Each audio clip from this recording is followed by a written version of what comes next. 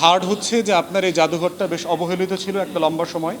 ইতিমধ্যে মাননীয় উপদেষ্টা মহোদয় জানালেন এবং সচিব মহোদয় অন্যান্য কর্মকর্তারা জানালেন যে এটাকে এখন রিনোভেট করা, নতুন করে ডিজিটাল করা, ভার্চুয়াল মিউজিয়ামে টার্ন করবার জন্য বেশ কিছু উদ্যোগ ওনারা নিয়েছেন। থার্ড হচ্ছে যেটা পার্টিকুলারলি আজকে ফারুকী ভাইকে ধন্যবাদ দেবো, সেটা হচ্ছে আমরা একই ফ্লাইটে এসেছি এবং আজকে এখানে আরেকটু আগে আসার কথা ছিল। ফারুকী ভাই জানেন যে উনি আপনার কালচারাল অ্যাক্টিভিস্ট, উনি আসলে টেকনিক্যাল মানুষ। আজকে কিছুক্ষণ পরে আপনাদেরকে যে ডকুমেন্টারিটা দেখানো হবে এটা উনি নিজে বসে প্যানেলে বসে এডিট করেছেন, লম্বা সময় ধরে করেছেন। প্রজাতন্ত্রের কর্মচারীও যে একটা টেকনিক্যাল কাজ করতে পারেন এবং বেতন ছাড়া করতে পারেন, এই এক্সাম্পলটার জন্য ফারুকী ভাইকে ধন্যবাদ দিচ্ছি। পাশাপাশি দেশের সব মানুষকে শেখারও একটা ব্যাপার আছে।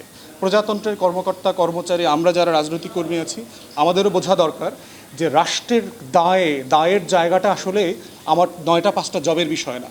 রাষ্ট্রের দায়ের জায়গাটা হচ্ছে একটা কাজ যেটা সবচেয়ে সুন্দরতমভাবে করতে হবে, সেটা যেন সবচেয়ে সুন্দরতমভাবেই আমরা করি। অতএব পুরো এই আয়োজনের জন্য যারা এটার পিছনে কাজ করেছেন, সেই আসমা ফেরদৌসী আপা থেকে শুরু করে সাদেক ভাই, যারা আমাদেরকে দিনরাত এই উদ্যোগের সাথে এঙ্গেজ করবার জন্য চেষ্টা করেছেন, সবার প্রতি কৃতজ্ঞ, ধন্যবাদ জানাচ্ছি।